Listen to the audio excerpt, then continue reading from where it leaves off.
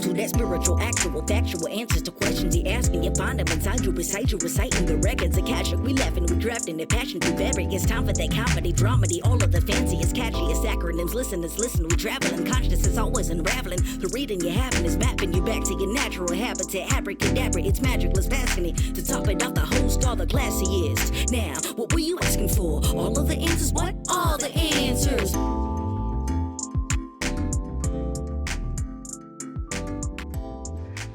Exactly. Well, welcome, Alex. I assume you guys have been chit-chatting? Yeah, I'm friends with everybody now. It's all good. We saved any content, though. As soon as we started to say something interesting, we stopped. Oh, I love it. Went right back to talking about our microphones. Yeah. Well, I'll tell you something, on the topic of this podcast, and this will be, I'd love to hear where you guys stopped. But also in addition as well, there's this thing that people who go to healing school and people who do a fuck ton of Tai Chi or people who do a lot of Qigong or anybody who gets like deep into like the high vibrational energy, like training systems, there's a common thing we talk about, which is that technology literally blows up around us, like doesn't work. I just had a reading with my person who I work with, and she was like, I was trying to get her to like get a free conference call line number so that I could record the session. She was like, honey, those things explode around me. You know better than to ask that. And I was like, I know, but can't wait. And like, so it was just reconfirmation from someone I really trust that like, yeah, this is a real thing. And like, it's, in this day and age, it's pretty challenging for me to deal with because it happens all the time. This happens to Paul. This is Paul's life. Paul yeah. Really? I have this constantly with him. He like melts phones. They melt. Like he can't get it. Like the batteries inflate and explode. Like he's too powerful. I get that. I made this really weird choice recently to buy this car that's like high tech, electronic, everything's a fucking electronic. Dumb idea. Nah, get you a go-kart, girl. For real. I need Get you a golf cart with a diesel engine on it and just... I need like a Toyota Camry from 1984. With a crank, just like a pedal cranks. Fred Flintstoning it around, baby. So what were you guys chit-chatting about that was starting to get interesting? Shit, I don't know, because we purged it. We started to talk about I was talking about listening to Alex's podcast. So just because we've started, let's just say this is Alex Murray, and hello. Alex has a cool podcast. Katie was on this podcast. Podcast is called Mystic Lasagna. That's Did it. I get it right? Yeah. You got it. Yeah, it's like Mystic Pizza, but it's lasagna because it's about Garfield and how he's if you look at Garfield enough, you will begin to understand the universe through looking at Garfield because he's a thing that there's a lot of. Okay, so after I chatted with Alex, I have to share this with you, Cass, and with all the listeners. I had to text him from Baltimore, Maryland, and be like, Garfield is an oracle. Garfield is a portal to another dimension because we just had our podcast taping. I was on his. I drive immediately to Baltimore on my way to North Carolina, and I'm sitting in a restaurant by myself. Oh, and then I was in Ashville. The Asheville is when this doesn't matter. It was a place. It's Asheville because it may very well have been the same girl that I saw. That's right. Yeah. So I'm in this Italian restaurant and I'm texting Alex going like, okay, this chick just walked into this restaurant and sat down. Younger East Indian looking girl with her mom, maybe like a preteen. And she had a I Hate Mondays shirt on, which is the Garfield thing. And I haven't seen a Garfield image or phrases, nothing, maybe a decade. I just never. And then we do our thing. And then there she was. And then I'm telling him that and he's like, yeah, but I know. So what did you say in response about? I was just like, so I had done my bachelor weekend in Asheville, and it's a funky place, man. Like it's super weird. And like we were I also spent there's the Montreat. I grew up in the Presbyterian Church, and the Presbyterian Church PCUSA has a big retreat center there, Montreat. And it's sitting and my friends who did not know that I used to go there just happened to book us a house dead ass next to it. Also 2 doors down the road from my high school principal who had moved there and was chilling. So on my bachelor weekend, I set off a bunch of fireworks and I really hope made Gordon Neville go insane one last time.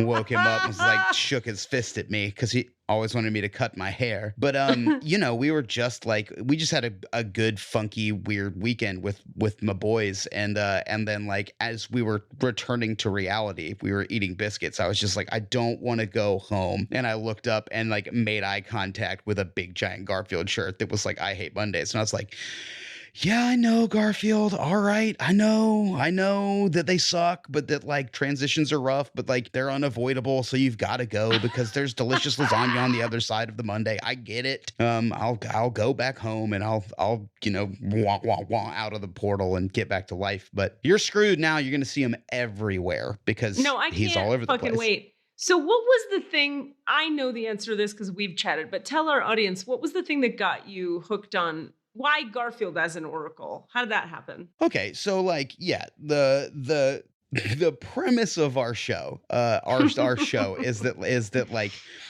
Garfield as a like comedic vehicle, not the best. Like it's just not super. Like if you're gonna like stack it up against other like art like Calvin and Hobbes or even like lesser, better like just 3-panel comic strips, like Garfield, like it's like Jim's not even trying. The real hacky jokes, it's real like basic archetypal stuff. And and like we were like, well, the reason has to be that it's so ubiquitous is because like the universe is just using it to tell people stuff. Now, I mean, it's there for like so that it's all over the place, so that whenever we need to experience the universe needs to give you like a smack to the head or a signpost. There's like Garfields all over the place that it can use to do that.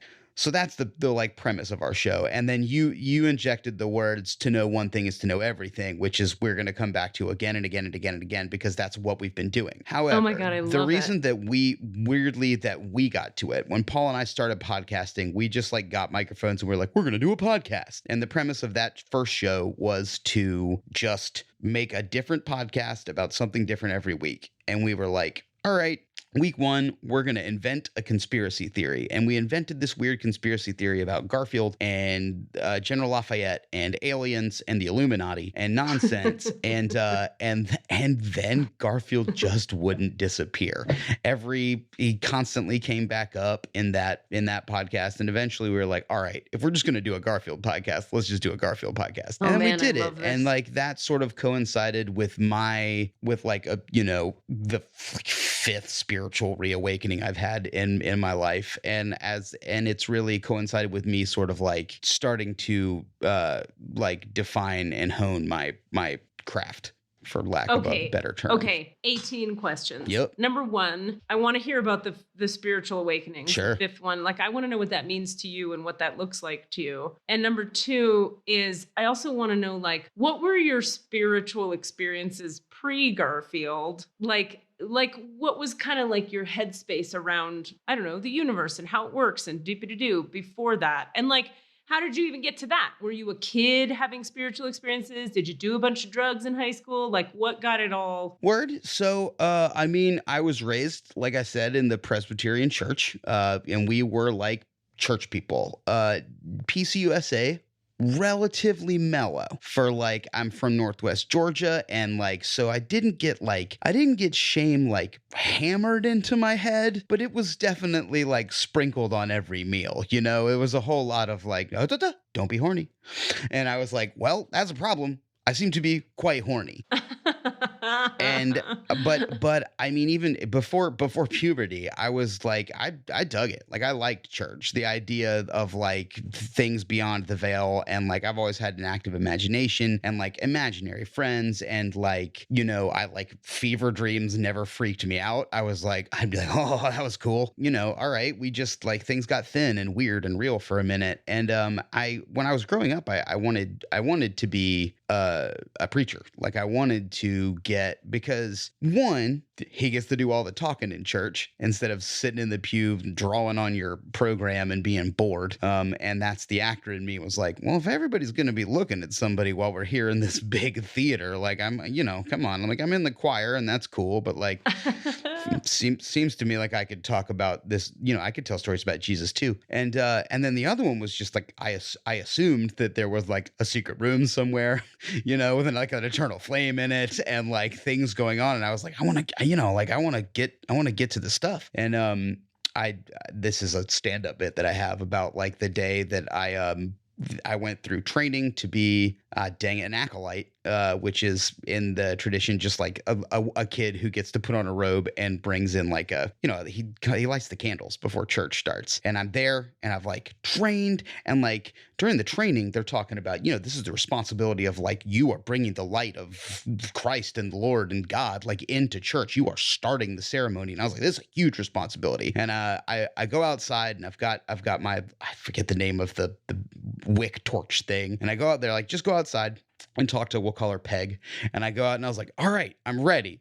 And Peg pulls an orange Bic lighter out of her pocket, fires up a Virginia Slim 100, and then holds the flame out to me. And I was like, that's it. that's the light. And like saying it now, I'm like, well, yeah, of course it is, man. Cause like it's fire. So like, sure. But yeah, I don't know. That started me sort of being bored with church. I was like, all right, if you guys don't have secret rooms and really truly interesting nonsense, and I see. You seem to be like, everybody seems to be half into this, and like that was the veil dropping and being like, oh, it's a social club. All right, this is a networking space, and we got to make sure that everybody's taken care of. Okay, cool. Yeah, and then I went to like a bookstore and found the Tao Te Ching, and that was it. And I was like, all right. Then I started like get some Eastern wisdom in my head, and like, I've gone piecemeal there and back. I mean, for years now. It seems like the Tao Te Ching is that's a perfect sort of another version of the type of oracling you do, which is to just take a set of informational packets and put them in a space and then decide, today I need to read this one. Yep. Yeah, it's weirdly like fortune cookie. Not decide, but like to conjure this one today. I would read it by thumbing through it. Like I would pick it up and like thumb through it and be like, all right, this is my meditation today. Absolutely. Right. That reminds me, when we did your episode, when I was on your podcast, the 3 panels that came up. Yeah. That was amazing. I listened to it, by the way. It was really pretty shattering. I don't even know if we want to describe it. I kind of want people to go listen to your podcast. You should go check it out. But like, I mean, we don't always, there are episodes where we have to do like work to get to, we're like, okay, all right, this is Garfield punting Odie into the middle distance for like being near him. What are you telling us today? You got one of those was like shockingly Katie Rubin-esque, that's funny, Katie Rubin-esque style, like, here is the world presenting you a thing to show you a sign that gives you information in a very clear, concise, no bullshit way. Yeah, it was a very spiritual 3-panel Garfield. It was very like, namaste, brothers. It had a whole vibe about it that was like, there's nothing wow. funny about it. It was just very... No, just very calm. Also, I'll add, that's when I was in Baltimore, is when we taped that. And that Baltimore and Asheville are, I will definitively state publicly right now, portals of 2 different varieties. Baltimore tripped me out, the degree of portaliness that it was. I think I already talked about this. Was Baltimore where you met the bartender who was like, oh yeah, the Akashic Records?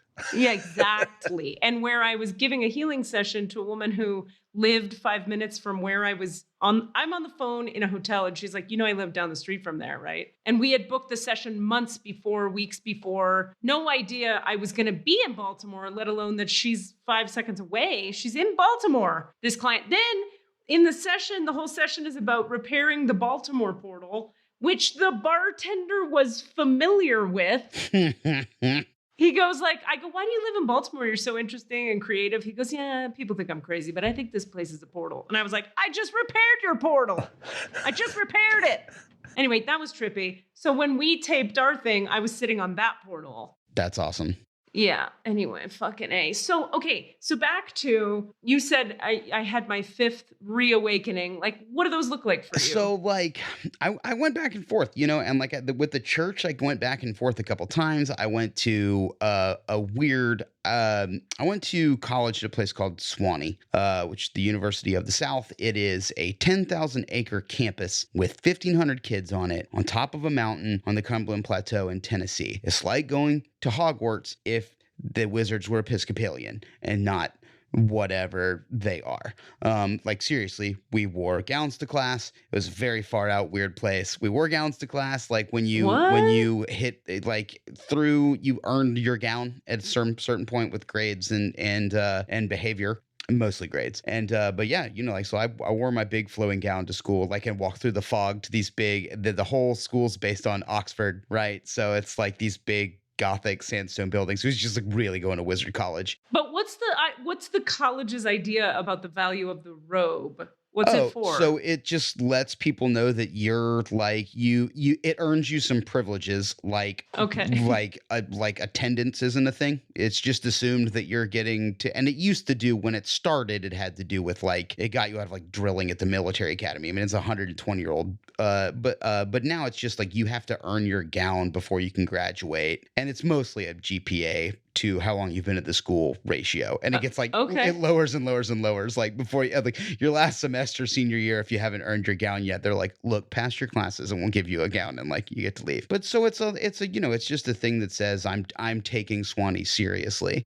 Okay, but when you have your gown, once you've earned it, do you wear it every day to class? Some people wear it every day. Some people are required to wear it every day. There are like fraternities up there that are like, yeah, if you've got your gown, you wear it. There are people that wear coat and ties, but I wore it every day because it's fun. Like so I mean, I earned it. Hell, why have nobody's ever told us about this place? It's a weird place, man. Oh, okay. So you're going back and forth. You said you believed in things, then you didn't. Yeah, it's never been belief, disbelief. It's always been, I mean, like I say at the beginning of my podcast, Cosmic Traveler and Seeker of Truth. Like I'm always looking. I'm always like I'm absolutely like, if there's a burning bush and it's talking, I'm going to be like, sup bush. And that's before I started doing drugs. It was always going to be like, if I walked into like a theater and felt some weird energy. I've spent lots of time in theaters and they're all kind of full of ghosts and energy, and churches the same way. Like I like to sit in that and like listen to it and talk to it and be like, yo,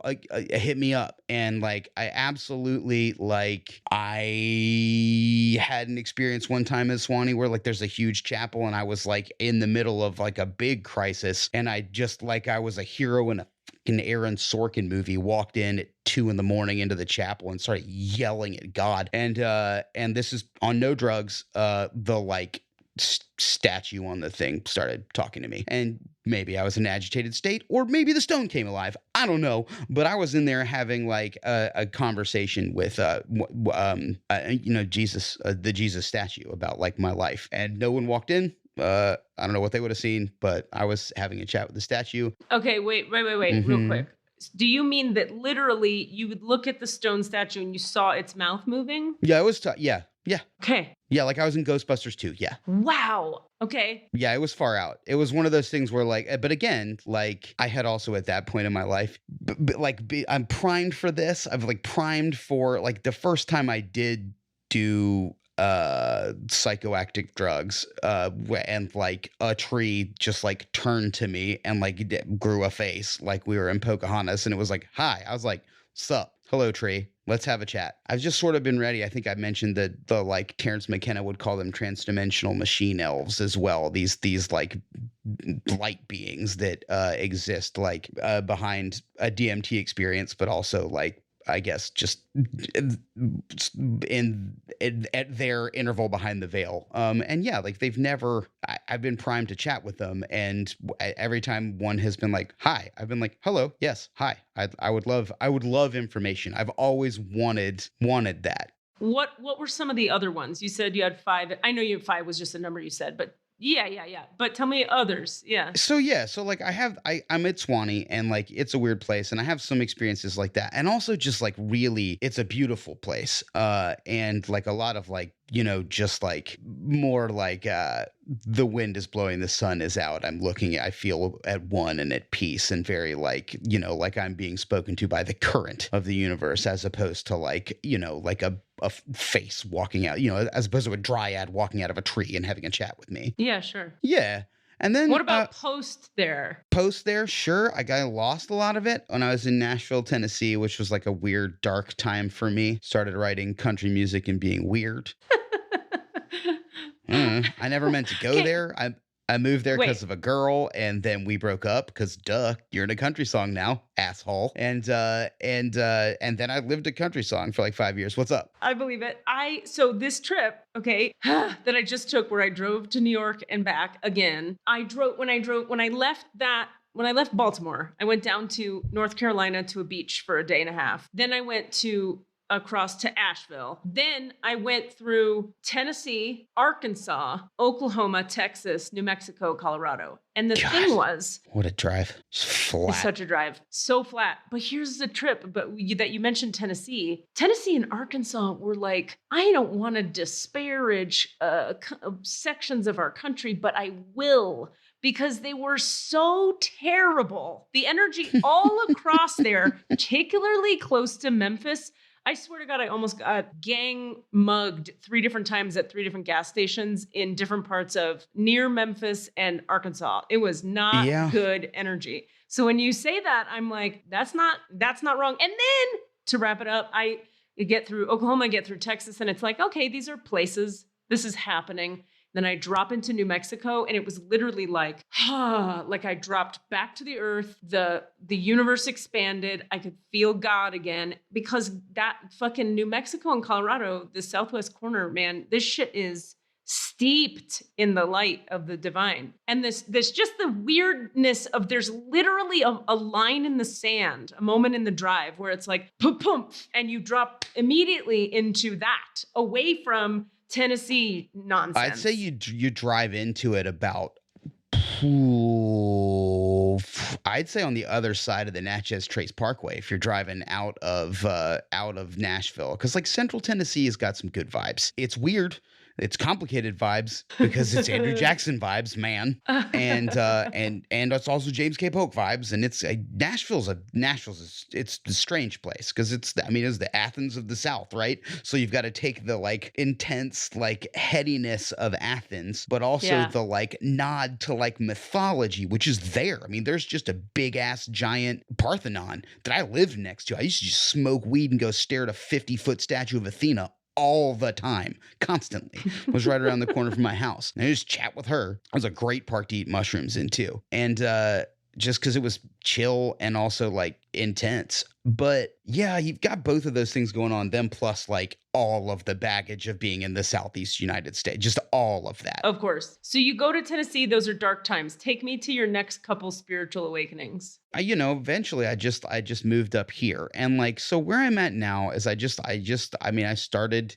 Where is here? I'm in Brooklyn, New York now. Okay. Famously. a portal. Don't you all know that? Well, it's close to one apparently. Yeah. Right up the river. The beacon is just up the river. But Brooklyn's a heady place for lots of reasons, just because of the melting pottery and it's a crossroads, so everybody's here. But it wasn't really that. It's like I had a rough relationship with my brother for a while and opened back up to him, and he's been running around in I don't know if I said this. I thought I said this before we started recording. Oh yeah, that he's in like Crestone, Colorado, which is like big portal intenseness, and he's part of he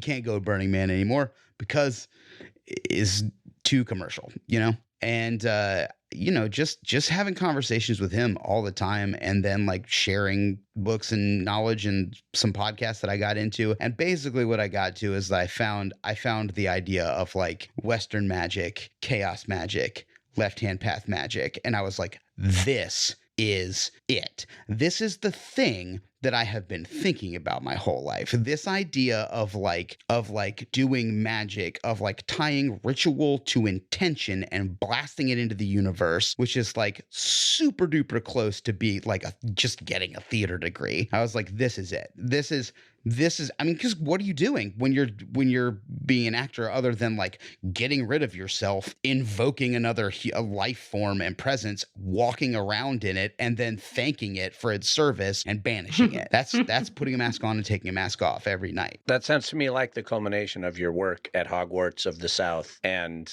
than your theater work, bringing them together into. Can you define for us those three different things you said? Left hand magic, something magic, something magic? I am working my way towards being able to really well define them, but yes. So like the big difference between like Western magic and Eastern transcendental thoughts is that you're trying to reach, as I understand it, in Eastern schools, you're trying to get to a space of enlightenedness, but over many, many lifetimes. It's, you get to where you need to be, and your consciousness goes back up and runs around on Indra's web and drops into another droplet, and you experience another life, and you do that until your consciousness gets to join the great consciousness. The Western idea, because this is how we fucking do it over here, is that you fucking cram all of that into one metal solo of a transcendental experience in one lifetime. Sure. It's the electric guitar version as opposed to the sitar version of spirituality. And what does that look like? What does that mean? Right. So what it looks like when you talk to the difference between left hand and right hand path magic, and then chaos magic is where I tend to sit, which sort of sits in the middle. The easiest way I think to talk about those is that right hand path is very ritual specific for specific ends. And the right hand path stuff is what you start talking about when you're talking about Aleister Crowley and the Golden Dawn. And this is the stuff that people are on about. You can absolutely get on YouTube right now and see how somebody's claiming that the Illuminati is using coronavirus as a massive, it was just an excuse to get the number 6 everywhere. And this is a giant magic ritual to get 6 feet everywhere. These giant magic ritual to basically bring about the next collapse of civilization. And that's usually when I'm like, all right, fine. Left hand path, much more woo, to put it succinctly, is that it's much more like, listen, everybody's doing magic all the time. If you're if you get up and you look into your shirt drawer and you go, all right, what color am I going to be today? I'm going to be red. And you get out red, and whatever red means to you, you're a red wizard today, and you go out and you red. And it's a little more, I guess just transcendental is the best word for it, I guess. And what are the kind of teachings of it, or what's the goal of it? What does it teach you to want or do or pursue? I guess it's about it's about controlling your actions in your environment a little more, and not only just controlling them, but also doing what the universe needs you to be doing, and sort of getting in touch with the source of your power, and then asking that what it needs you to do, so that you can go out and you can, fulfill your destiny, for lack of to keep being Disney movie about it. No, that's my whole jam right there. That's my life, is that. Chaos is just that, it doesn't mean fucking anarchy. It CHAOS is, I'm gonna actually. I bet I know what you're gonna say. Here would be my guess. Can I guess what it is? Yeah, go for it. Okay, just that, because people often confuse chaos and anarchy, but chaos would be my guess would be it'd be something like that which appears to be chaotic is actually quite ordered, and inside the chaos is the miraculous web of interconnectedness of all things. Yeah, absolutely. There's so much of that. Yes, is that also, it's just a fucking acronym that stands for confidence, honor, attentiveness, organization, and sensitivity. So. Oh, okay. Which Can you say it again? Sounds rad. Yes, absolutely. Confidence, which is the the wizard there's your slam your wizard staff into the ground and the Red Sea parts for you, right? Honor, attentiveness, organization, sensitivity. Confidence is mostly about being up and out and open. Honor is mostly about being true to your word, because the more you are true to your word, the more powerful your word becomes. Things like, if I tell you that we're going to have brunch tomorrow, we're going to have brunch tomorrow, because I need the universe to respect that when I say something's going to happen, it happens. Attentiveness is being aware of the response from the universe coming back to you shortly. And then organization is about the work that you do, actually sitting down and that's the meditating and the looking at candles and the drawing sigils and the blasting them forth and the making crystal grids and the absolute stuff that makes people's eyes roll into the back of their heads of any of these traditions, you know, if you're being cynical. And then sensitivity is, I imagine you can, you know, you're just, that's the like Eastern shut up, be aware, stillness, get rid of your ego, sit, listen. So that's what I'm working on. Those are the things I'm working on right now in my life. And did we miss any of I'm really wanting to hear the sort of signpost spiritual awakening moments. Did we miss any of those in your journey? I don't know if there are any like big ones. Oh, there was there was the summer I was going to be a Christian missionary. That was a big one too. When I'd gone back into it.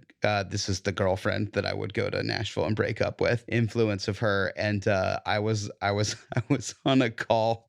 I was on a call with. I don't know if this is a spiritual awakening or not, but I was on a phone call with this like group of people who were like, you know, they just want to go build houses for people, but they also want to like Bible beat. And they definitely, they were like, all right, first question, Alex, we're so happy to have you. We're so excited. You've got like your girlfriend was great last summer, and we're excited to have you on board. First question, easy question. The Holy Bible is the unassailable word of God. Right. And I was like, no, that's ridiculous. And I think that was the end of that. The rest of the interview did not go well. And so that was sort of me like, I don't know, transitioning back out of like, I don't know. I you know, you look for a tribe and you look for people to like, that you want to just be like, yes to when you're having a conversation about like the universe. You want to just be like, yes, that's great. Even if they're a Catholic priest and I'm a wizard, like you want to just be like having a chat, which my roommate from college is going to be the Pope one day. It's going to be awesome. I'm very excited. He's on the path to be a bishop, and like, it's going to be really cool to tell stories about how me and the Pope ate mushrooms. But we have great conversations still. And this guy's a hardcore, intense Catholic priest. But yeah, I don't think there were any other like, I don't think, and again, I don't think I have where I am. For me, I don't think with where my relationship with the universe is, I don't think that I'm gonna get a whole lot of big watershed, massive things. Now, you might open the records for me and fucking blow my whole goddamn mind apart in 10 minutes, but I don't know where we're going today. But I'm ready for it. But yeah, it's been a hot minute since like a big signpost. I think it's been pretty gradual. The last that makes sense. The last like 6 or 7 years has been like very much like me building a thing and putting a thing together and like looking at the house getting bigger and bigger. That makes sense. Right. What's your relationship with, like, where do you stand right now with the dynamism between receiving, like surrender and receiving, and action and intention? You know how like, so a lot of what I heard you say about chaos magic seems to be like, I decide, I do it, I control me and the universe, but I'm in charge. But then what I know is in order for a lot of that to happen, you've got to have a lot of the receiving and a lot of the surrender. Like, yeah, I can make stuff happen as long as it's in alignment and as long as I'm right. Yeah, no, I mean, I think that's exactly it. To like, I think that it's like I can be a vessel for that current, and like I just like there are Garfields all over the place for the universe to use as the universe sees fit. I am just another one of those. There are wizards everywhere for the universe to use in the universe as the universe sees fit. And like the idea for me is to make myself as powerful as a vessel as I can to be used, not necessarily how I want to be used, but how I need to be used to fulfill things that I have suspected are the purposes that I'm here. But, you know, we'll see. How do you know when you're being used and when you're not? I mean, you can feel it, right? I mean, you can feel it when you're in the zone. I mean, like that's, you know, if you're a jazz musician and you're just in it, like you're being used. For me, it's like if I'm on stage and you just disappear, or like if I'm reading tarot for somebody and like I don't fucking know where the words are coming from. I'm just like, you're just absolutely, you're in the current, man. Like you just got it. The power's coming through you. I mean, like you've like, you know, I imagine y'all have been to concerts before and you just like are absolutely, I saw y'all know Alabama Shakes at all? Brittany Howard of the Alabama Shakes. Man, I saw her play live one time and it was like the fucking sky had opened up. And it was just one of those things where like you're just like in the presence of it. And I was like, I don't think she could tell you her name right now. Just laid out. And like, you know, I've been like that. I've been like that in a room full of 15 people doing a stand-up comedy set and just been like, oh man, I don't know where I hit, but like I put the right shirt on and I did the right meditations and I had organized myself. I was being attentive. I was being organized. I was being sensitive. I was being confident and like pow. And like, there you are, you're in it. And like, all of a sudden that's just the kind of like awareness that you can have to walk up to the fucking Pharaoh of Egypt and be like, hey, we're leaving. I have a question for both of you on that. I think that is amazing. And there's something that I heard when I was watching that conversation go on, which is sort of this balance between you do work, like Katie, you have a client and it's your job, in a sense, it's your calling, but it's also your job that you have assigned yourself, and you're like, okay, they're paying me. This is the clock and this is me showing up and I do these practices and I have particular steps that I take in order to do those things and I get a result, whatever that result is. And same thing in a day-to-day job, like I rehearse for a play and I get ready or Katie and I do improv together. And sometimes we just go and we do it and it's fine. It's fucking fine. We did our job, but we weren't in some other place. And so it's not like we're against the service of the universe in those moments. And Katie, I don't know if it's true when you're doing a client, for example, there are times when you just do like, yeah, I just did a thing and they were there and I did it and it was fine. And then there are the moments where that's more like you were doing tasks that were not counter to your path, right, but they weren't necessarily in the path. You're not in the zone and you're not like flying on the high, amazing zone of all things. And then that brings up like when we're go back to the improv thing, like when we have magic happen, which does not happen all the time, happens a percentage of the time. When we have magic happen, do we think that is an example of us serving our higher calling? Okay, I have a point of view about this that I'm very willing to have change and evolve all the time. I mean, this has changed for me a lot over the years. I think I could safely say that when I was younger, like with all the acting jobs I did, all the theater, all the improv, all the stand-up, all of it was seeking the kind of like activated high of being in the flow with my thing. And then I had to kind of step away from I had like an addictive relationship to that sure high. And I didn't know who I was without that high and without being in that flow, right? That's what the movie The Mask is about. Yeah. Oh, I hear that. That's interesting. We should come back to that. So then I got really into surrender and becoming whole and having peace and discovering like, what is it to be a person who's not pursuing, like, I guess the way I would think of it is like when basketball players are in the zone, they're just like killing it and they just flying and then you dunk and then all the magic or whatever. I needed to find out what life was without all of that. And so currently with my clients, like pretty much every session, something transcendent and amazing happens. It's not always that feeling of like, oh, that was amazing. We nailed it. That was perfect. Though I do love that. And I find myself right now, it's funny you asked this, right now coming back around to missing that a lot. And being like, part of what needs to happen next in my personal life is I need more of like flying high on the high waves of like killing it.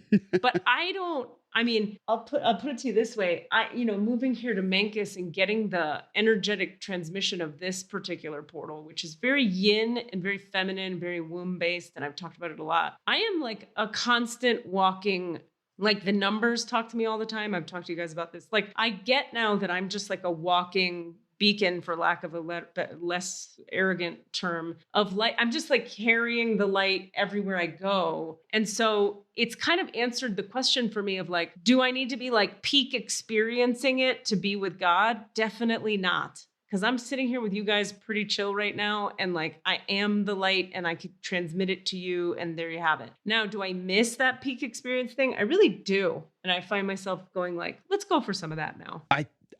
I think, just to let the basketball. Okay. So Michael Jordan used to talk about when he was in the zone, the goal would get like 5 times. It was just like huge. It was like he was thrown into a hula hoop. But also, he would say that he would get that shooting free throws in his backyard too for himself. And it's not necessarily just when everybody's looking. So it's nice to be able to like go to that place when everybody's looking, and that's great. But it was also like, he was just like, when you're in the flow for yourself and draining it. And I think I don't know if this was if you're saying you're looking for more of the like killing it in the, Brittany Howard on stage going nuts. But I think that's because it's so important to become what you've become, right? If you're carrying the light all of the time, then you're carrying the light all of the time, whether or not you're with one person or we're broadcasting it right now, or you're in front of a room, and like the responses to that are always going to be different because one person responds to it different than an audience of millions wondering if you're going to win the NBA championship responds to it. I don't know. I think for me, what I'm working on very much is trying to get to where you're at now. I'm trying to find that place of like, yeah, just for me, like thinking and being connected and going when no one's looking, because I very much, one of my problems is if a tree falls in the woods, it's like, if I'm connected to the universe and doing magic and no one's looking at it, am I even a fucking wizard? Like, right. Yeah. That's the big free energy of like I need it to be recognized in order for it to exist. Right. I think there's something lately I've been really sitting with this. It's fun that we're talking about it because I'm really examining what is it about that because I got so far away from what I would call the toxic egoic need for approval or need for validation of like, am I worthy right now? 100%. I solved that one. Do I love myself now? Solved it. Do I feel whole and peaceful? Solved it. What I've discovered though is that this is my theory. I don't know. I don't really know, but my theory is that like some of us, like I'm glad I did all that work. I think I really needed to do it because I didn't like feeling dependent upon a job to make me feel okay about myself. I wanted to get to that place of like, I'm just okay. And if I sat here forever, I'd be fine. And I got that. However, what I'm coming to is like, I think some of us have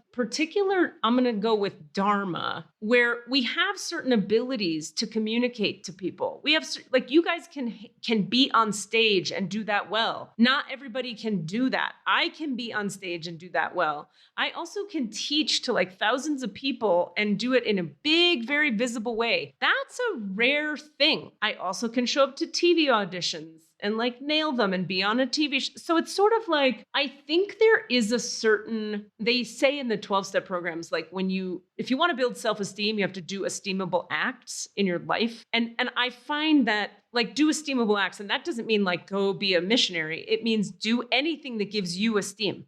Get up and make your bed every day, man. That's right out of 12 steps. It's a big one for me. Make the bed, make some tea for your neighbor, pet your dog. Any of that can be esteemable. Yep. What I'm discovering is that I think a large part of my dharma, my 3-dimensional work in the world, is I need to be speaking to big groups of people. I need to be in front of people being watched doing my thing. It's what the universe needs you to do.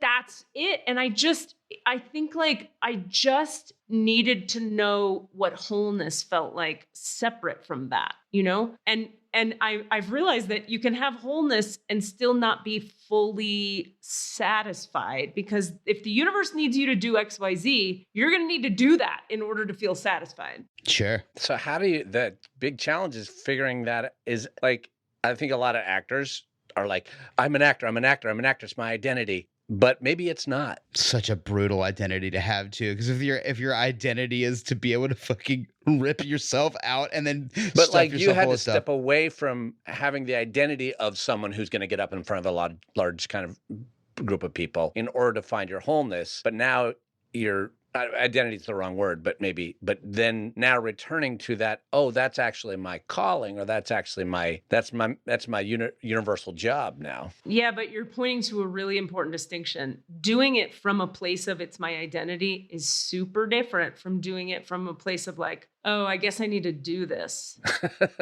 Exactly. But the challenge you is, said it. How do you know? You also said my calling too. How? Well, what do you mean, actually, Cassidy? How do you know? How do you know what? Well, excuse me. Swallowed my saliva. I know where I'm coming from. I like know. And but yeah, I think I understand. When I say, how do you know? It's like we have the levels of oh, this is my calling, I'm going to be on Broadway type of energy. And that's a false ego version bullshit, of the calling. Right. And so you have to go through the space of step away from that, remove that, go to the center of the self and the core, and then all that work you did to build up that identity-based one, that ego-based version of it, is still going to serve you later on when you find out that that actually is your true calling from a deeper spiritual, calmer place. Yeah. So what's the question, though? There is no question. I guess I wasn't saying, how do you know Katie? I was saying, like, the challenge for a human journey is to know the difference between that's true, between desire and calling, or between what I think I want and making that my identity, and what the universe or dharma or whatever the fuck it is actually saying, no, this is your dharma. And that's the work, right? Like, that's the work. Like, that's the thing you've got to put in. I think that's you got to go up and sit on top of the mountain and listen to the universe. And like, you can't always do that. So sometimes you have to light a candle in your bedroom and look at it. And sometimes you just have to pick up a crystal and fucking stick it on your forehead and be like, all right, selenite, what do you do? And like, or just meditate, or just breathe. And, and until something that isn't you, that you're, goes, hey man, you got to go back down the mountain and tell other people about what it's like up here. Yeah. Yeah. I also think I like this, Cass, this like discussion, because another thing that helps me a lot is the difference between satisfaction, feeling satisfied, versus chasing something to fill a void that without which you don't feel okay or whole or peaceful. I think whole and peaceful are great words to look at with regard to, am I whole and peaceful no matter what I do? And then if you go, because all the spiritual traditions talk about wholeness and peace, like to know thyself, to know the Lord is to know thyself, to know thyself is to know the Lord, to know the light is to know yourself. The point being, the more the light comes through, the more you have of yourself. And then that's happening at the grocery store or at an audition or wherever. Right. And then satisfaction comes from like, universe said, go do this thing. You did it, you nailed it. And you're like, fuck yeah, thanks universe. I did that for you.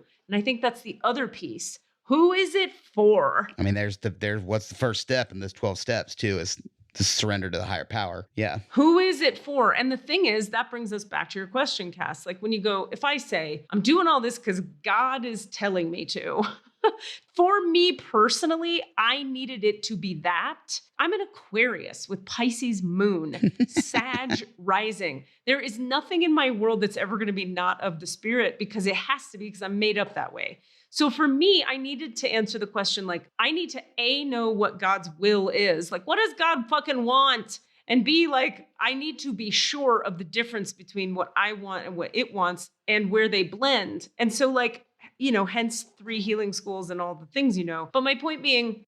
Awesome. I love that it's your whole deal. It's like, I just want to get up in its face. I had me to too, get dude. Just screaming at a statue.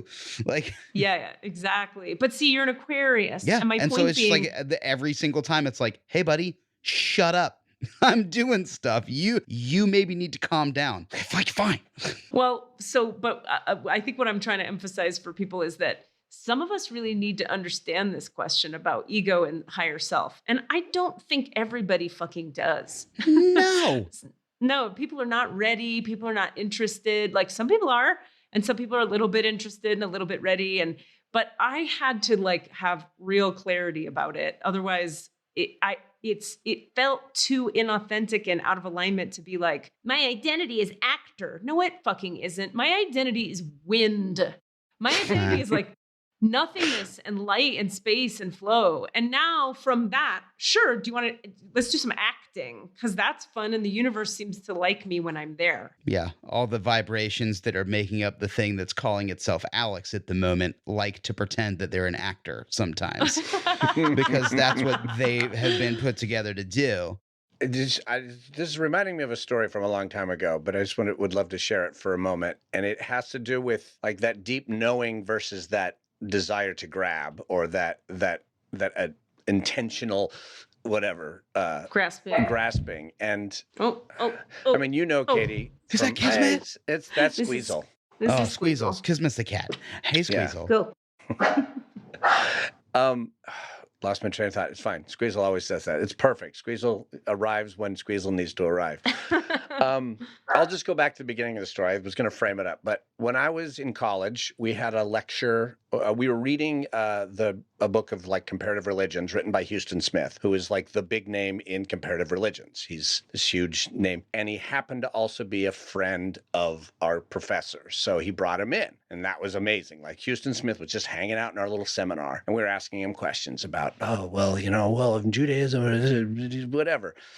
And he was like this big star, but he's also a mystic. And he doesn't talk about that in his writing, but he had to let us know. He says, when a mystical experience is occurring for me, I will cry and I have no control over it. Just so you know, don't freak out. So I'm all intellectual college student. This is 30 years ago. And I was all like, I've got this question for the guy. And I say to the guy, I don't fucking know what the question was. It had to do with like, I read this detail in the first version of the King James, but some technical, not gotcha for him, but just gotcha on religion question. And he just stops me and he goes, I'm sorry. And he just starts fucking crying. And he says, see, it makes me cry. He says, in what you do or are planning to do, is your voice important? Your voice, your actual voice. And I said, yeah, I'm an actor. He goes, good, because that's it. That was it. He had his own mystical channel that told me at that moment, by crying, that voice was what I needed. That was in a sense, he was like giving me the mission. Forget whatever, that happened.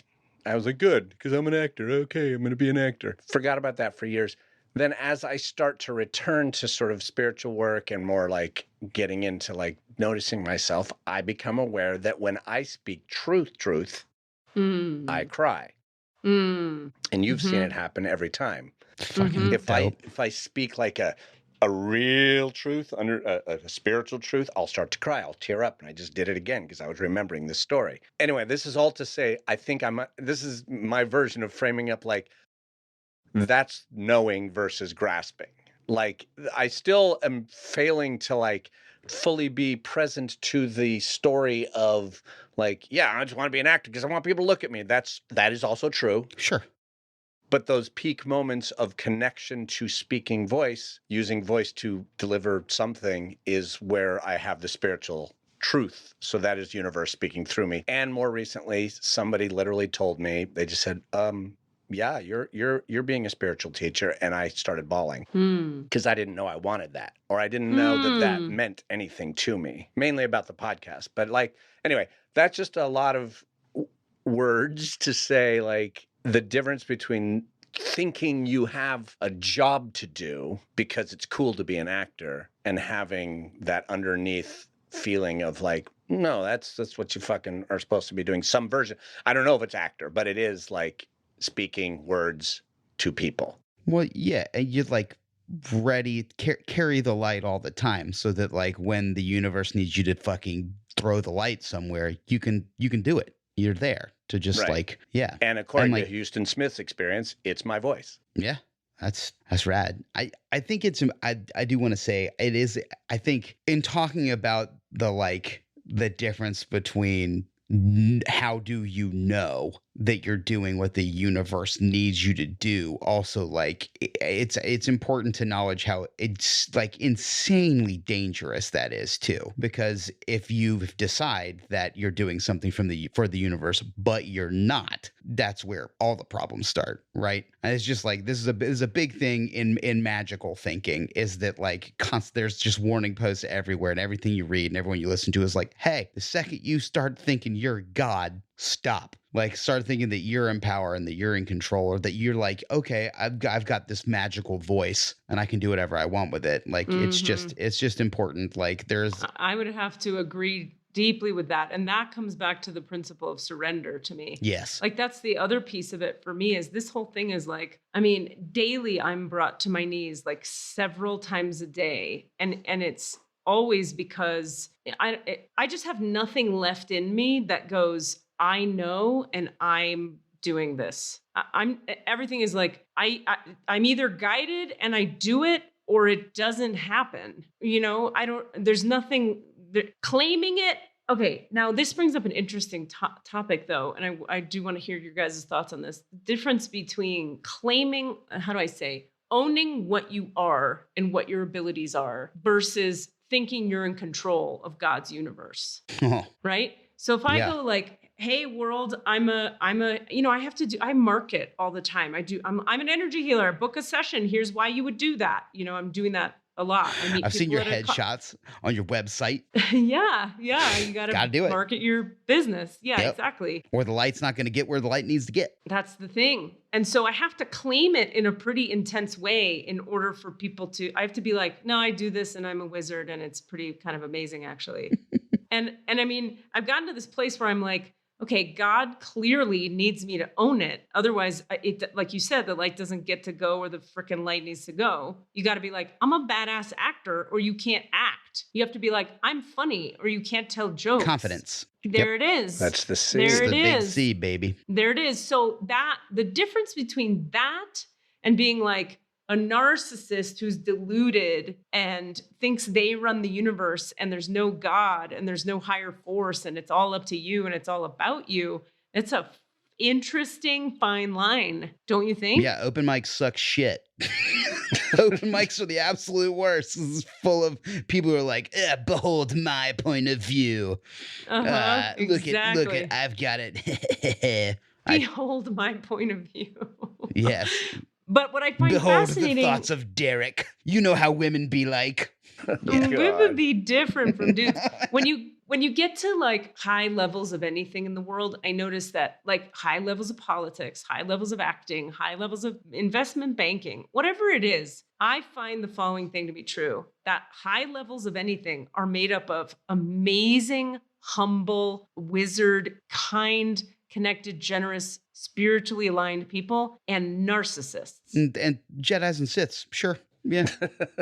To be absolute dork about it. Yeah. That's it.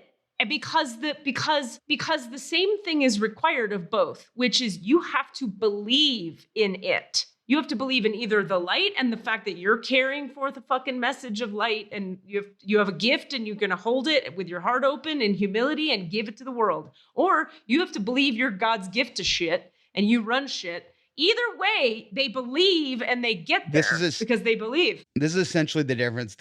Now to come all the way back to it, what we're talking about is the difference between left hand and right hand path magic. That's like the left hand is the like light giving connectedness there, and right hand path is fucking like I will bend the world to my will using the power of my rituals and my fucking like my intense like I am going to take 30 years to write all the tiny right sigils, and I'm going to do all the right jizz and blood rituals, and we're going to have orgies in this fucking castle that we've built to be a power pyramid, and eventually Led Zeppelin's going to make an album in it, and it's going to be rad. But like, this is what I'm going to do, and I'm going to bring forth the fucking... I mean, the Third Reich is what happens at the end of that. It's not good. Okay, wait. So what's it? That makes sense to me. What's the difference between black magic and right hand magic?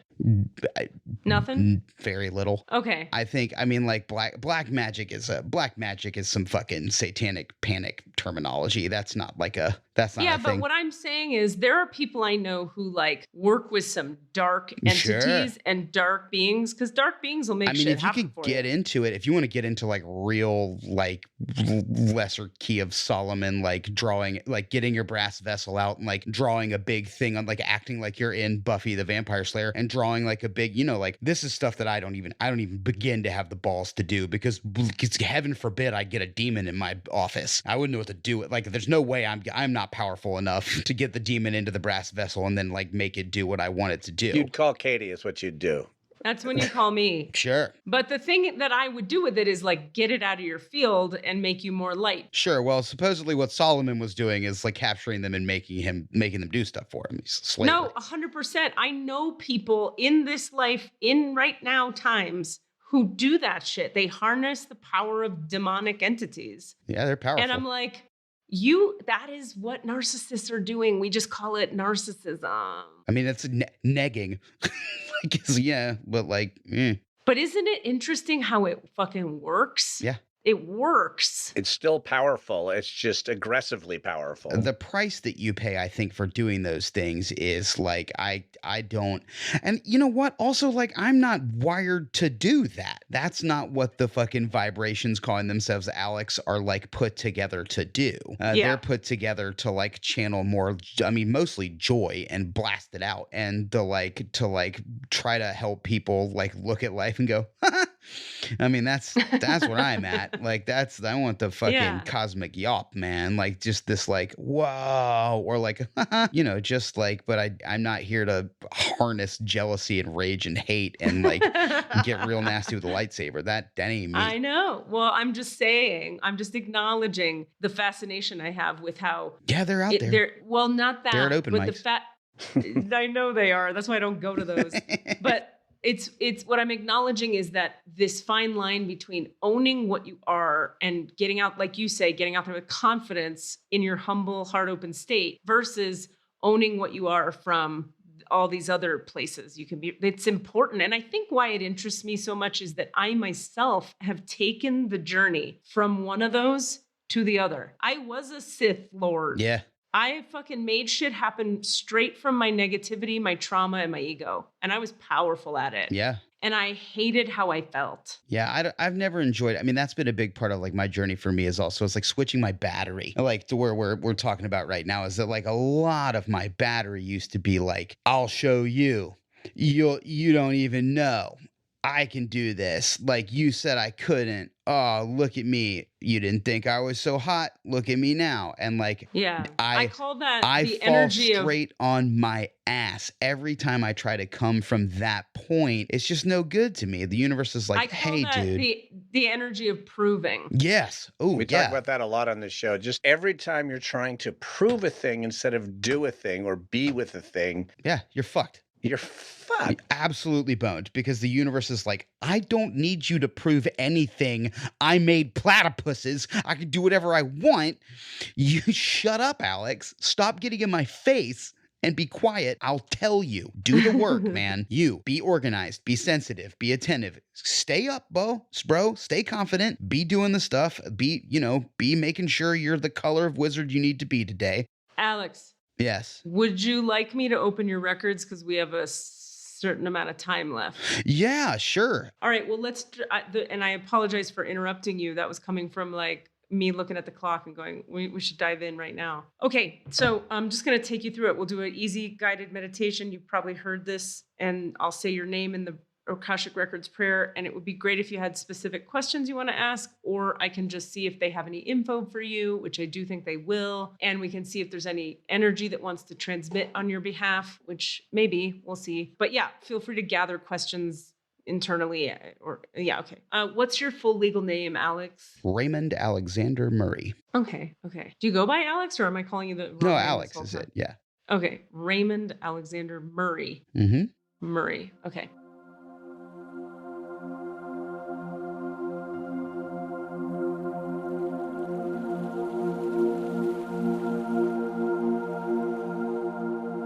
All right, so we'll close our eyes for just a bit here. We'll take a few conscious breaths into the low belly. Connecting down to the pelvic floor, the base of the spine. Allowing the chest to soften and the shoulders to soften and the heart to open just a bit wider.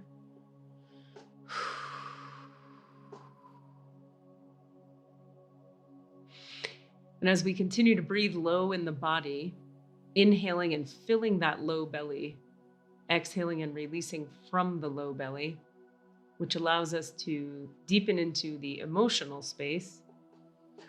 We'll bring our feet flat on the ground if they're not already. We'll visualize a little foot chakra at the bottom center of each foot, spinning open.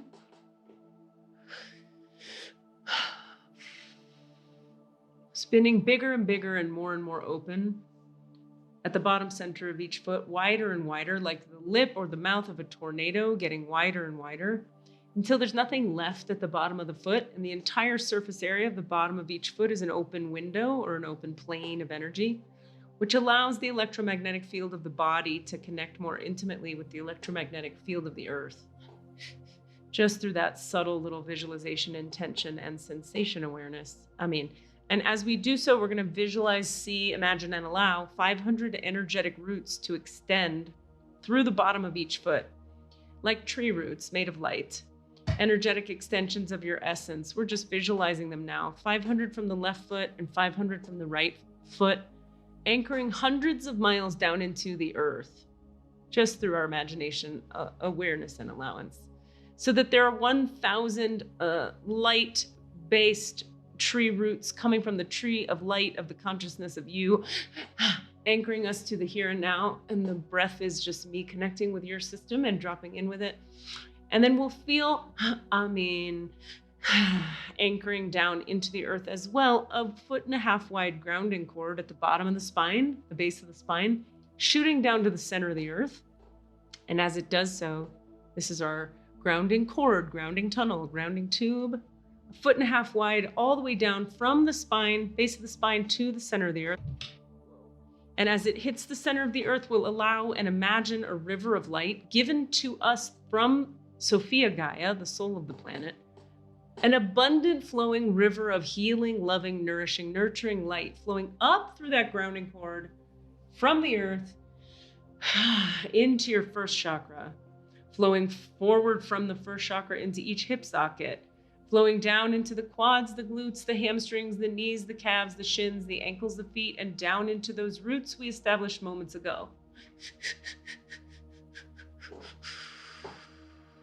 Allow the light of the river from the earth, the river of light, to nourish and nurture the roots we extended into the earth moments ago. This is your light being nourished and nurtured, replenished and healed, doused with magical waters by the light of Sophia Gaia, the soul of the planet. Okay, and so it is. And so we do acknowledge from here the forces of light, asking for guidance, direction, and courage to know the truth. As it is revealed for our highest good and the highest good of everyone connected to us. Holy Spirit of God, protect me, please, from all forms of self-centeredness and direct my attention to the work at hand. Help me to know Raymond Alexander. Thank you. Raymond Alexander Murray in the light of the Akashic Records. Help me to see Raymond Alexander Murray through the eyes of the Lords of the Records, and enable me to share the wisdom and compassion that the masters, teachers, and loved ones of Raymond Alexander Murray have for Raymond Alexander Murray. And I'll go quiet for just a moment.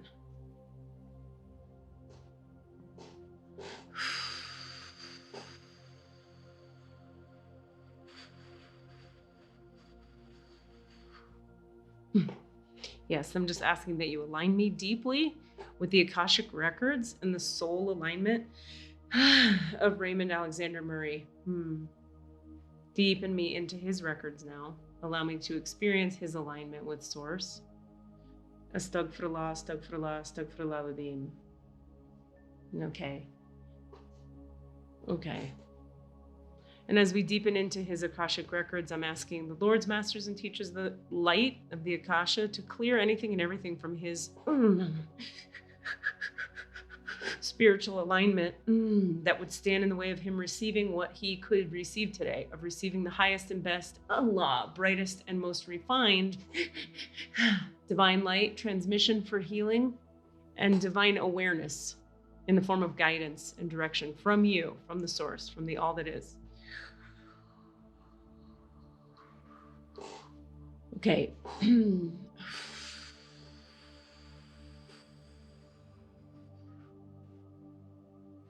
So, Alex, if you could, for just a moment before I check in with you about what you'd like to ask or put forward, if you could bring your energetic attention to the back of your heart chakra, where the center of the chest meets the back of the spine. And imagine that there's a connection between the back of the heart up through the nervous system and into the brainstem at the back of your neck. And just kind of really take yourself into the center of those places. Back of the heart, up through the spine, into the brainstem. We're asking the Lords, Masters, Teachers, Divine Mother, Father, all that is, to clear all of that intensity, heaviness, grasping, clinging, tightness. that keeps Alex from experiencing more of what he's aware of in his mind, experiencing in the body the oneness constantly, experiencing himself as the light. Allah. Feeling the flow and the release and the receptivity of being in divine union.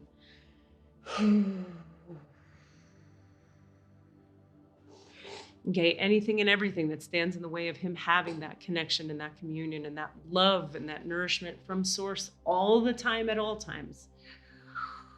Astaghfirullah, astaghfirullah, astaghfirullah ladhim. Astaghfirullah, astaghfirullah, astaghfirullah ladhim. Allah, Allah, Allah, Allah, Allah, Allah, Allah. Astaghfirullah, astaghfirullah, astaghfirullah ladhim. Okay with you, Alex, if I clear a couple entities and or demons? Yeah. Okay, so any demonic presences or entities? Entities. Okay, demons, no. Entities. Okay. Beings without bodies, sharing Alex's body that keep him in any way blocked from being more in the flow, more in alignment. Truth, who are you all? Truth, who were you before that? Allah. Allah. Allah. Allah. Allah. Allah. Allah. Allah. Allah, Allah, Allah. Truth, who were you before that? Allah. Truth, who were you before that? Stay present to the back of your heart if you could. Truth, who were you before that? Truth, who were you before that? Truth, who were you before that? Truth, who were you before that? Truth, all of you. Truth, who were you before that? Truth, who were you before Truth, who were you before that? Truth, who you be in the future. All of you. Take all your magnetic imprinting, cellular memory, leave his body, being soul, spirit across all time, dimensions, space, and reality now. Doing no harm as you go, please. Dissipate and release. Okay, lords, masters, teachers, all the hidden, veiled, buried, unsighted, or unseen entities or other beings sharing Alex's space, particularly in the spinal column. We ask that you take all those now. All the ones I can't see and all the ones we can't find. Make them visible. Okay, past lives, karma, no. Okay, entities, yes. Okay, and how many more? 6, 7, 8. 8? More than 8? 8. Okay, all those 8 entities remaining wherever we can't. Ooh, feel into the spinal column. Okay.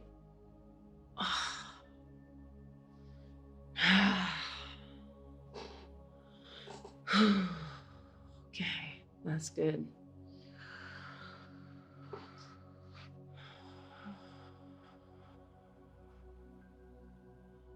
All right, and so Alex, if you could share any awarenesses you're having of like what's going on in your body right now as I'm doing all my wacky stuff. I mean, I'm anchored. My feet are all the way in, but I guess I didn't realize how crowded my spine was. And what do you feel in the spine when you feel into it right at this moment, if anything at all?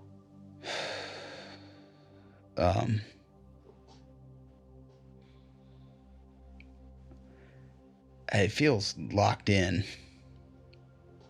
To what? I can't tell if, it feels like immovable at the moment. I'm not sure that's in a bad way. Okay, let me see. It feels clear, but solid. Clear, but solid. Okay. Yeah. So, we could keep going down this rabbit hole, or we can put a pin in it and ask questions you have, because this is like, there's more to do here. Sure. We don't actually want it solid. We want it open, receptive, and sort of pliable. Right. And I guess, that might be, I'm probably doing it now because I just was being aware. I had not thought about how crowded it might be. Right. And it just feels maybe activated is just more the right word. I think when I said, clear, what I meant was more translucent, like receptive. Cool. Okay. But like, it might be because it's been a long time since I've gone through any sort of guided meditation, and I feel maybe a little more stretched than I usually feel at the moment.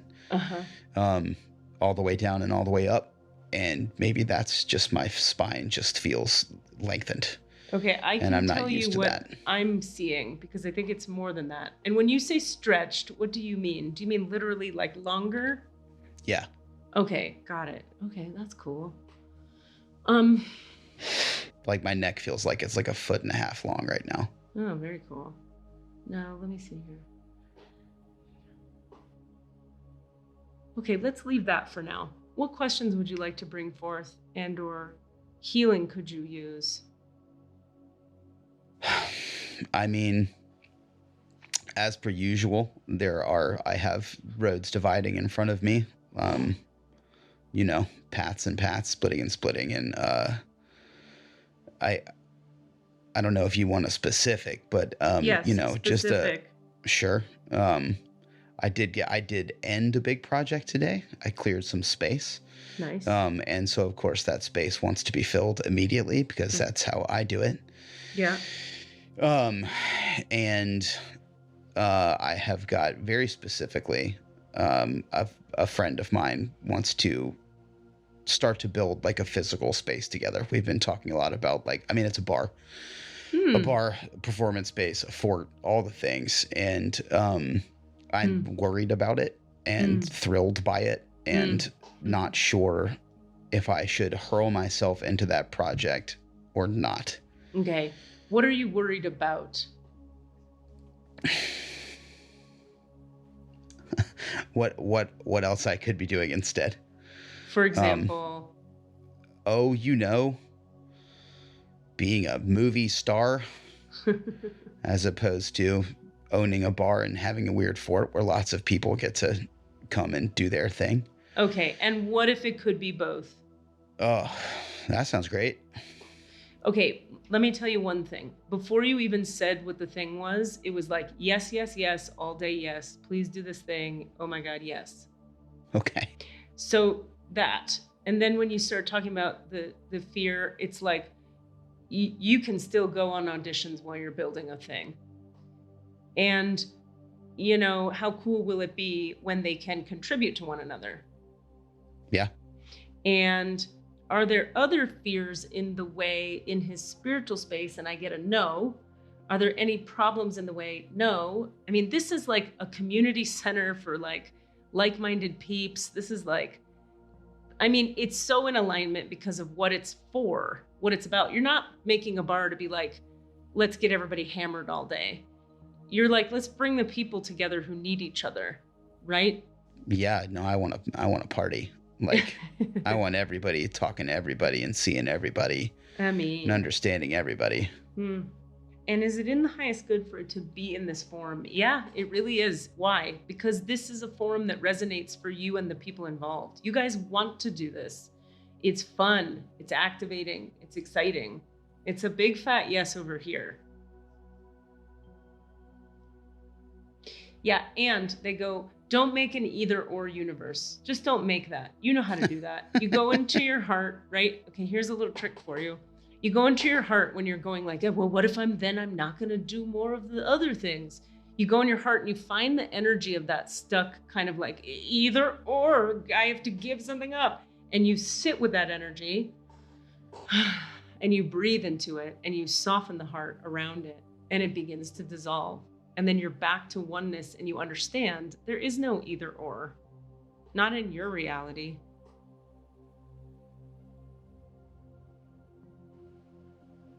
Yeah, I don't know what I'm afraid of, honestly. I'm less scared now. Yeah, like on a scale of 1 to 10, how scared are you?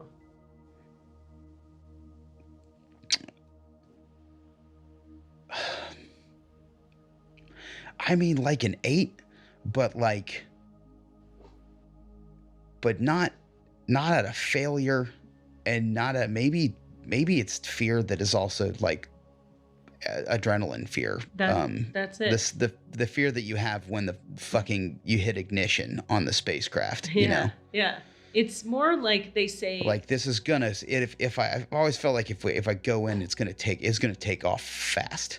Yeah, this is not actually fear. They want to say this is excitement, and oftentimes the nervous system can't tell the difference between fear and excitement. We talk about this as like performance coaches all the time. So your nervous system goes ah, and you go, I think I'm gonna die, is the mental narrative response. But really, the nervous system is going, let's fucking do this. And they read the same in the spinal column. All right, I only have one piece of not the best news ever. Sure.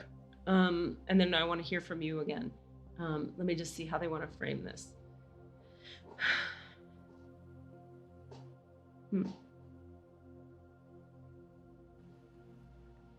What's your drug intake like these days? Too much. What kinds? Just weed. Oh, okay. Okay, and nothing like other stuff?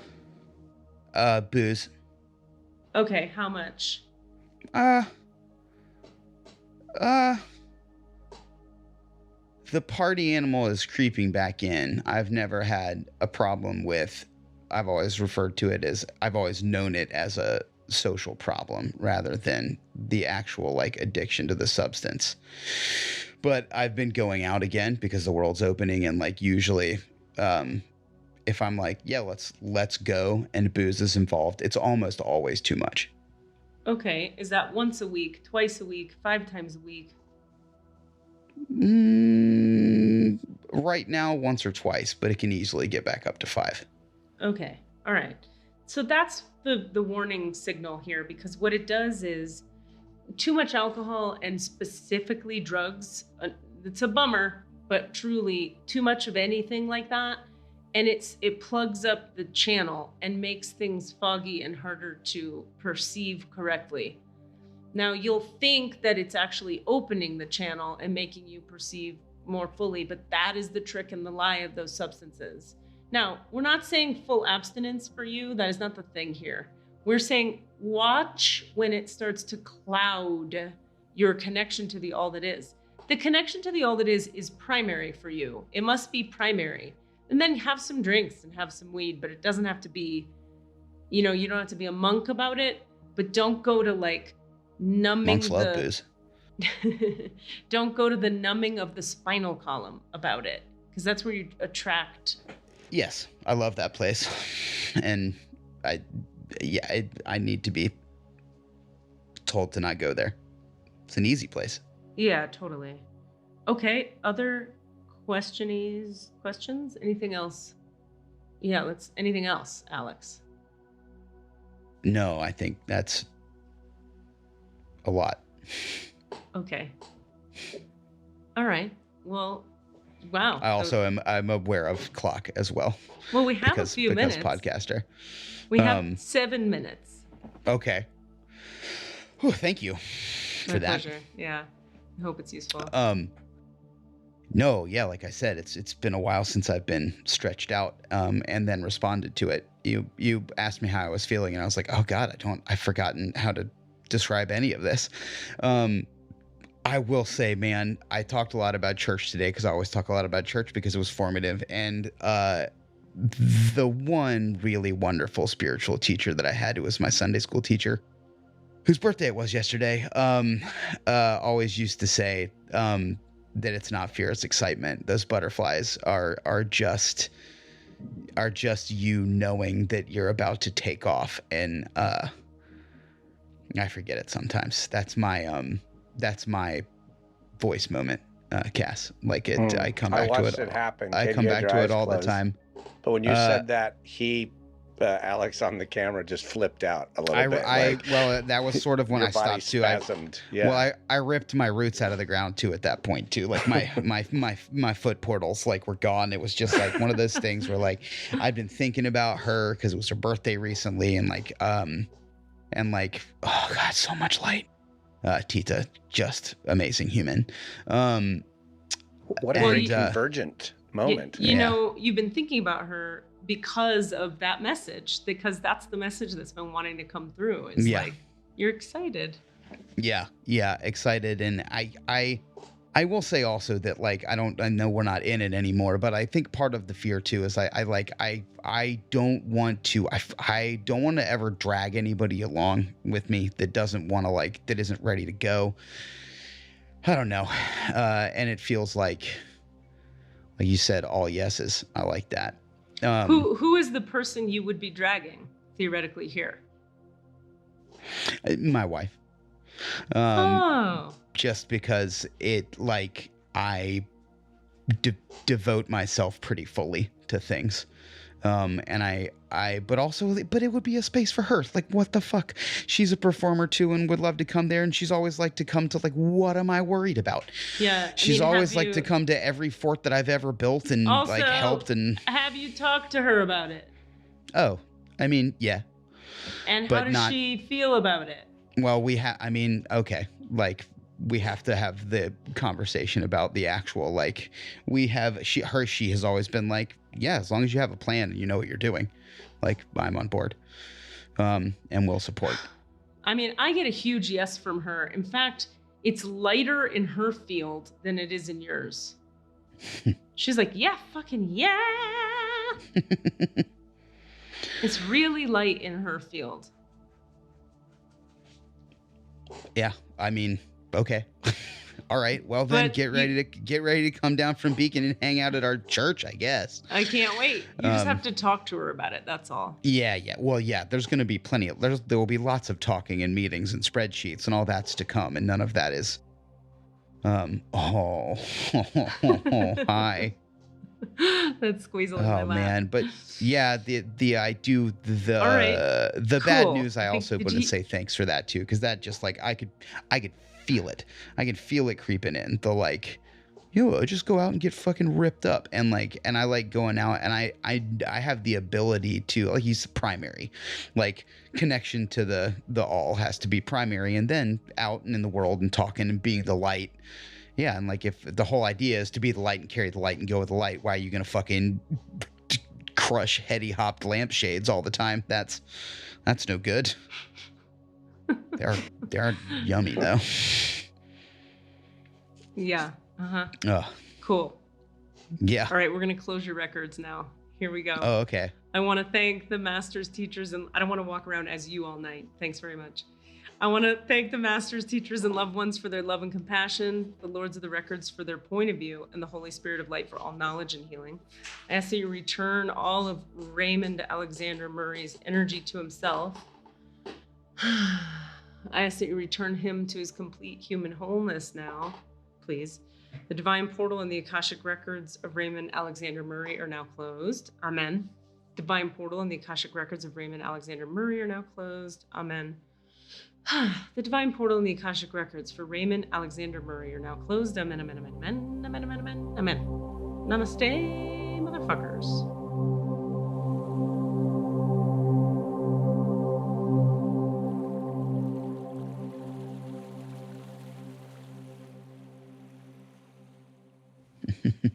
Namaste, motherfuckers. Alex, this has been such a treat. You are so fucking fun to listen to and to hang out with and to talk with. Thanks for having me. I imagine this is not the last time any of us will scream at each other on microphones. So, or at a bar, perhaps. I'll be there. Yes, sure. Yeah. Live all the answers. Why not?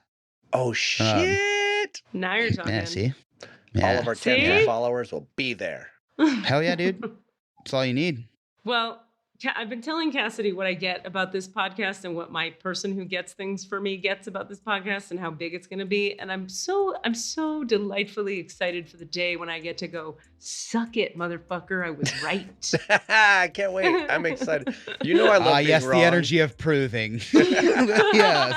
Oh, shit. I guess we still got to do our work. Damn it. Back to the yeah, work. But when you celebrate the victory of the light. Nah. Yeah, that's true. Yeah, That's absolutely. right. It's the victory saying suck it, mother. It's the light saying suck it, motherfucker. I think so. In the service, you're saying suck it, motherfucker, in the service of the light. Because the universe needs me to. I think it's gonna happen, and I think it's gonna be awesome when it happens, and we're all gonna get to do happy dances when it does. I can't wait. Hell yeah. We'll bring you back left and right, Alex, when it happens. Fuck yeah. Hell yeah. I can't wait. Love Do you your guys. fucking work, everybody. Do your work. Love y'all. Bitches. Bye. Bye. Were you asking for all of the answers? Say what? All of the answers? Yeah, all the answers. Hey guys, thanks for listening.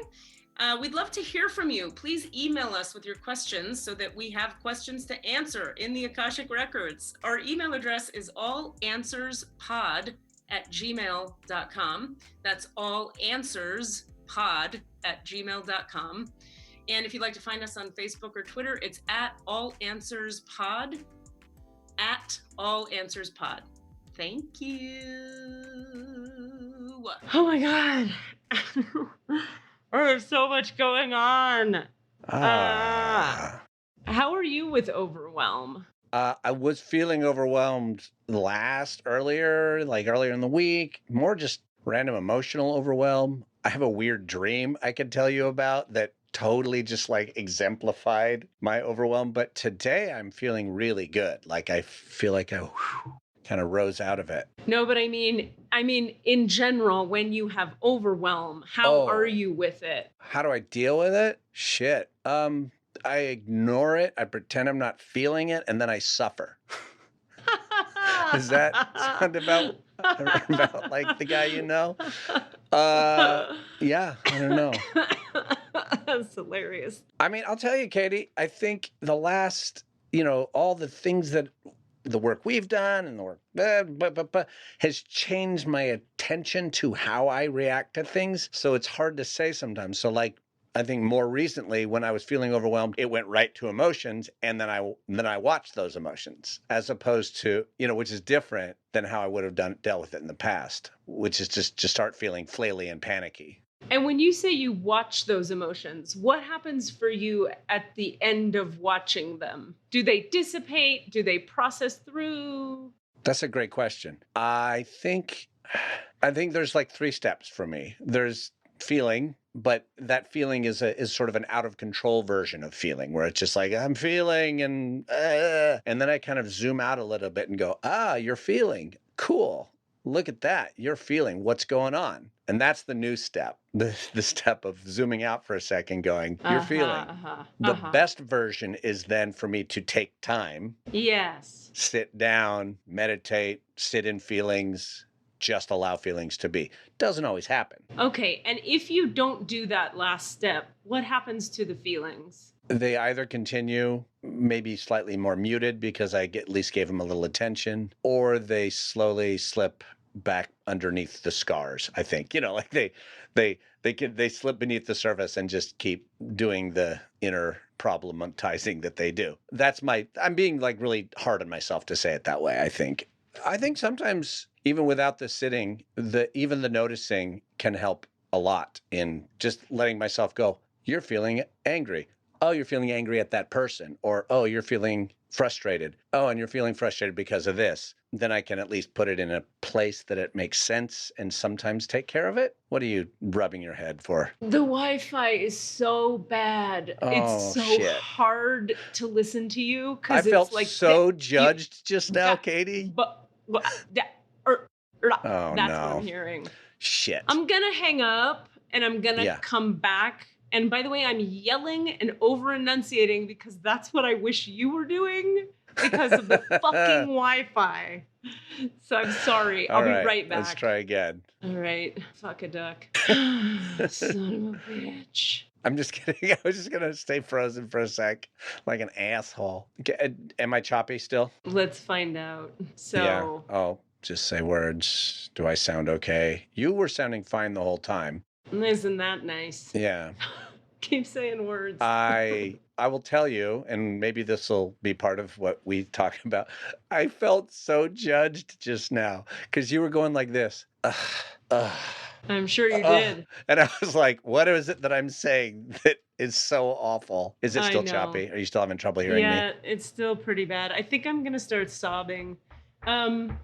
What should I do? I could hop in my car and drive really quickly over to the healing center and pray to the Lord baby Jesus that the Wi-Fi is better there. And we'll just start right when Alex hops on. Is that like 10 minutes, 15 minutes?